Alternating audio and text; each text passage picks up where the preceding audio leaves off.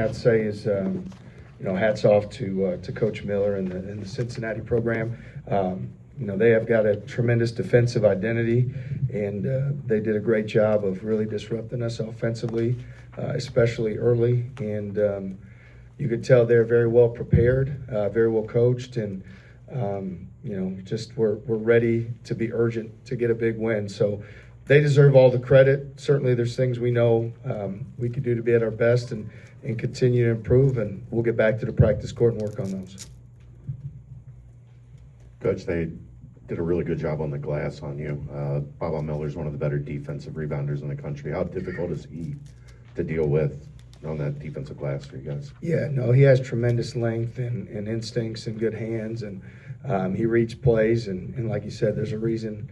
I think the numbers say he's probably the top defensive rebounder in the country, and obviously you can feel that, when you're out there on the court. So he did a good job impacting plays that way.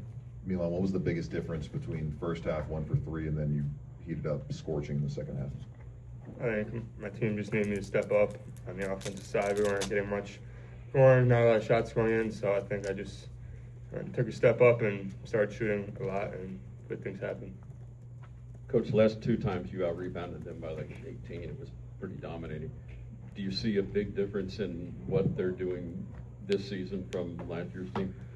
Yeah, I'd say more than anything, they have veteran players. Those guards have been here, right, with James and Thomas, and with those guys, you can tell that they take a command of their team. So even though when you talk about rebounding, you don't talk about guards a lot, I think what guards do is they control the game, right? They keep it out of the paint on one side and try to get in the paint on the other, and then those rotations are the results of the rebounds. So as much as their front court did a great job, I think more credit even goes to their perimeter players for, not allowing us to have, get to the spots and make the plays we normally make. And, they certainly did a good job, beating us on the glass.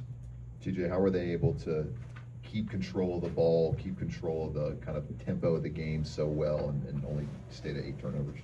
Yeah, we certainly made our runs and had our pushes, and this guy, and his ability to score the ball was a big part of it at times. But it seemed like they always had a timely shot when they needed one, that somebody stepped up for them and made a timely shot. And I think, when you look at, the 15 offensive rebounds, I know they only attributed to 13 second chance points, but when they got those, those are deflating plays for your defense. You work hard to get a stop, and then they're able to get the rebound, and it just kind of it breaks your spirit a little bit. So, credit to them for doing a great job there. DJ, obviously, Sincere Harris is one of the best defenders in the Big 12 Conference. That matchup with Taman was pretty exciting to watch. What was he doing that kind of took Taman out of the equation there on the offensive side of the ball and the scoring aspect? Was he doing anything that kind of gave Taman a little bit of struggles there? Yeah, obviously I know he has a reputation as a good defender, and, I don't know specifically what, went on or didn't, but I'd say, I'm taking Taman Lipsey night in and night out. I put my name on my belief in him, my confidence in him, and I'm confident we got the best point guard in America on our team. And when it comes down to the things we value in winning the game and winning games and having a successful program, Taman's night in and night out been a warrior for us. So instead of, focusing on the other side of it, I'm going to focus on, as much as anything with Taman, how proud of him I am night in and night out for the work he does. 20 points off turnovers and 13 on the fast break. Was that one of the backbreakers, is that they were able to get out and run? Yeah, absolutely. No, I think, when the game started, we knew, we started with some stops right away and kept them out of transition. And then quickly, when things didn't go our way offensively, they were playing downhill at us, and they were really good in transition. And that's, if you just look at points off turnovers, that's probably the difference in the game right there. We're used to being the team that turns the other team over more and scores that way, and they did a better job of that than us tonight, and I do think that was a difference in the game. You mentioned the veteran guards. They've seen you guys a couple times now.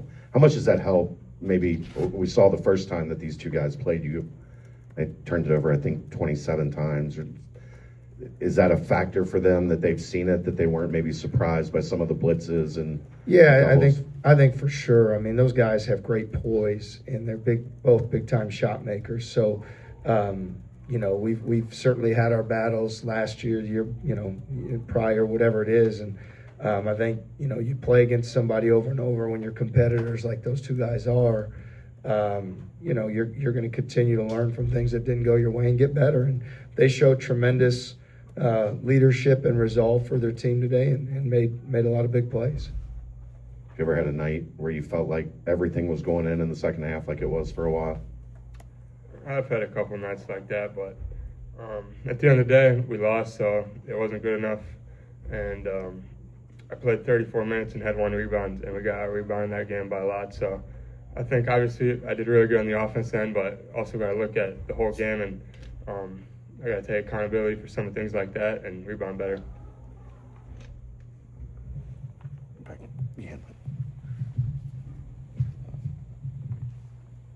Milan, obviously, you were able to get going in the second half, but what did you feel that Cincinnati did that gave you guys a hard time as a team getting offensive momentum throughout the game? I think they did a good job packing the paint, obviously.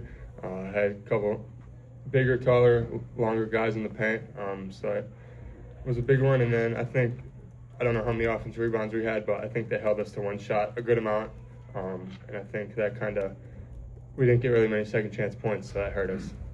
And TJ, what do you think of Cincinnati's ability to get those extra possessions, and were you surprised that your team allowed such a wide margin on that front? I mean, I wouldn't say, you know, allowed a wide margin. I'd look at it more as, you know, they've got tremendous size and length on the interior, and those guys take pride in rebounding the ball. There was quite a few long jump shots that they took that, you know, again, I'm not really into this for a bad bounce or a long rebound. We got to find a way to chase them down, but I thought some of that played into it as well. So, yeah, we take pride in the rebounding margin most definitely, and to come up short in that department is something that, you know, we can't do. I mean, if we're going to be successful, that's one of the things we pride ourselves in doing, and we have to commit to doing it, and we have to make it go our way, and that just wasn't the case, you know, here today. Last question. TJ, obviously you would rather learn from winning than learn from losing, but these 2 games this week, you obviously have big expectations for the program this year. How do you think this can help you going forward, these 2 games? Yeah, I think for all of us, you know, we told our team in the locker room, you know, when you sign up to play in the Big 12, you're playing the best league in the country. Like, everybody's either had adversity, going into adversity, or coming out of it, right? And so we're fortunate to win our first 16 games. Truthfully, didn't have a lot of adversity during those stretches. And, you know, now we lose 2 in a row, right? And you go on the road and you play teams that are very well coached and urgent and desperate to win a game, and they do. So I think more than anything, what our team needs to do, this is the time of the year where, you know, everybody, there's a lot of things out there that can be distracting. And what we need to do is double down on the men in that room that we have, of the character, the work ethic, the talent, the ability, and how we, you know, can go out and play for each other. And we got a lot of great basketball ahead of us this year. I mean, we're just getting started on league play, and we've had more games on the road than we've had at home. So I'm eager to get back to the practice court. I know our guys will have that same mentality. And, you know, again, my job as a coach is to make sure that we become the best version of ourselves, not based on what anybody else defines for us, but what we define for ourselves. And I've never had more confidence in a group to do that than what I have in our group this year. So excited to see where we can go as we continue to work. Thanks, everyone. Thanks, Coach. Thank you.